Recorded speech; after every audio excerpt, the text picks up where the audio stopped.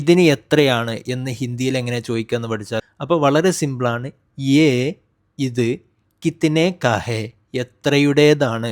എത്രയുടേതാന്ന് പറഞ്ഞാൽ ഇതിന് എത്രയാണ്.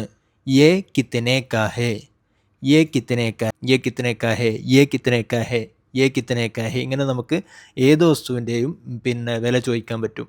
യേ 50 കാ ഹേ, ഇത് 50ൻ്റെതാണ്. യേ 100 കാ ഹേ, ഇത് 100ൻ്റെതാണ്. യേ 150 കാ ഹേ, ഇത് 150ൻ്റെതാണ്. യേ 250 കാ ഹേ, ഇത് 250ൻ്റെതാണ്. യേ 1000 കാ ഹേ, യേ 2000 കാ ഹേ.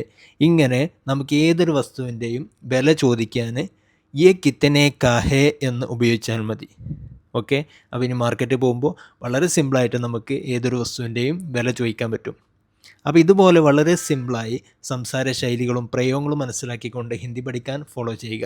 നമ്മുടെ വാട്സപ്പ് കൂട്ടായ്മയിൽ ജോയിൻ ചെയ്യാൻ ഹിന്ദി എന്ന് കമൻറ്റ് ചെയ്യുക. താങ്ക്